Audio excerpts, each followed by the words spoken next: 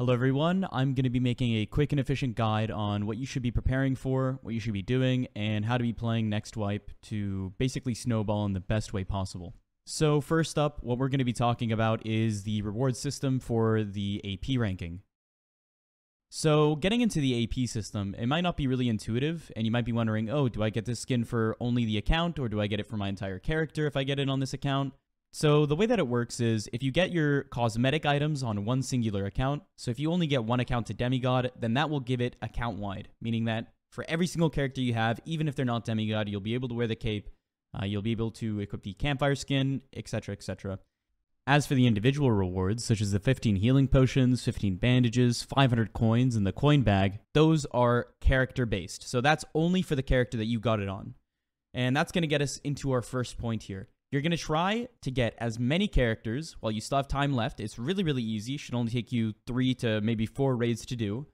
But it's really, really paramount that you get all of those characters to Wanderer 3. At least try to get them to Wanderer 3. That way, you secure as many meds pre-wipe as you can, giving your accounts a boost starting off.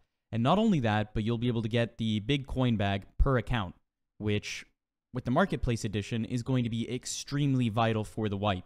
You're going to want as many of those as possible, and it's going to end up saving you a ton of space in your stash whenever that wipe hits, and it's going to make it so you'll be able to flip on the market, you'll be able to get an advantage over people that didn't actually grind it, and essentially keep your stash super, super organized and very efficient.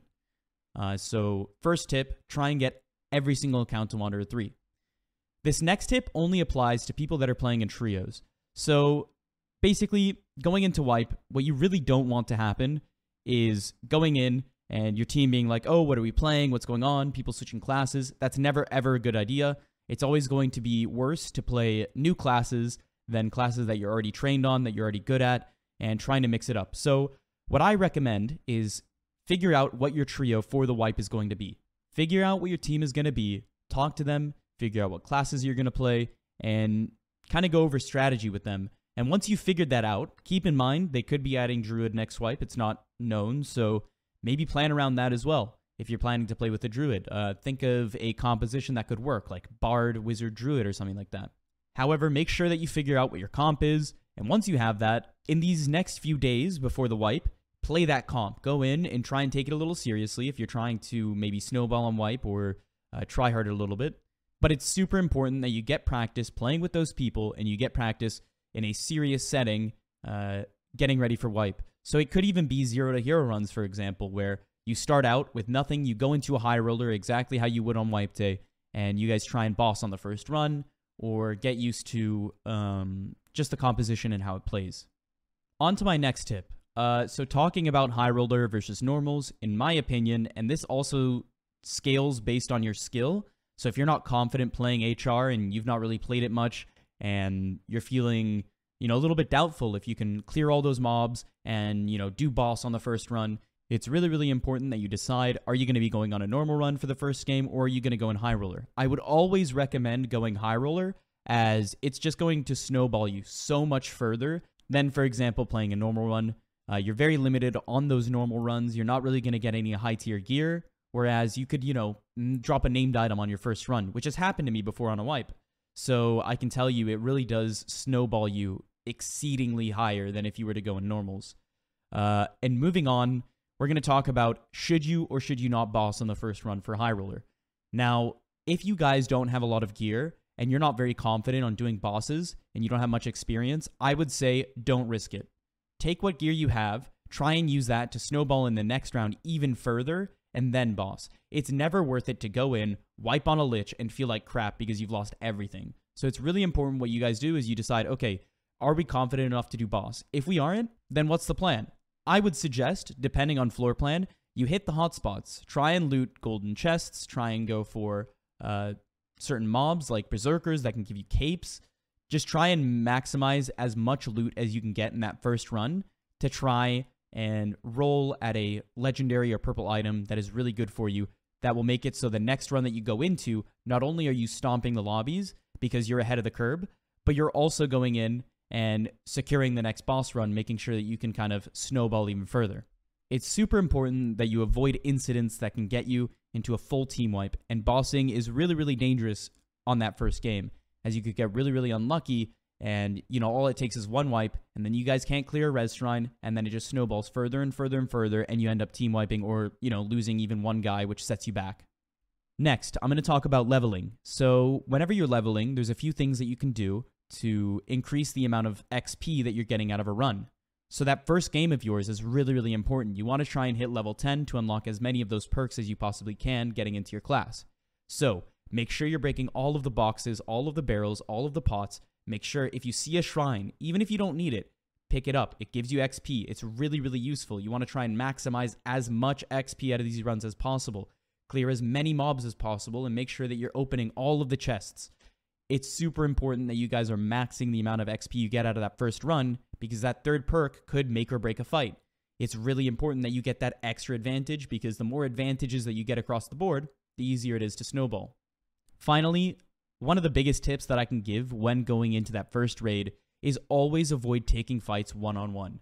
Those first raids are always super chaotic. You have everybody trying to rush these hotspots. Everybody's trying to get in fights. People are trying to reset each other.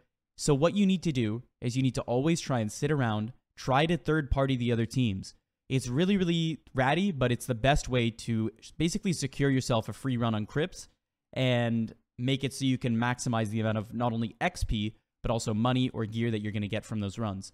So although it might not be the most fun playstyle where you're running in, taking those fights, whenever you're going in and you're third partying, it's basically making it a 3v2 because what if one of their teammates already died to another team, right? Like it's all about opportunity and seizing that opportunity and making sure that you come out the victor of the fight.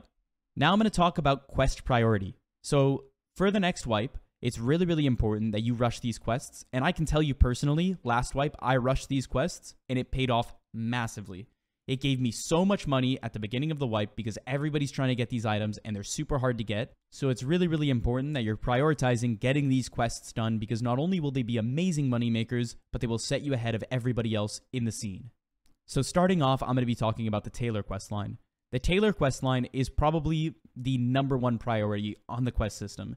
It gives you access to the golden crafts towards the higher end, and what those essentially give you is a free moneymaker all wipe long.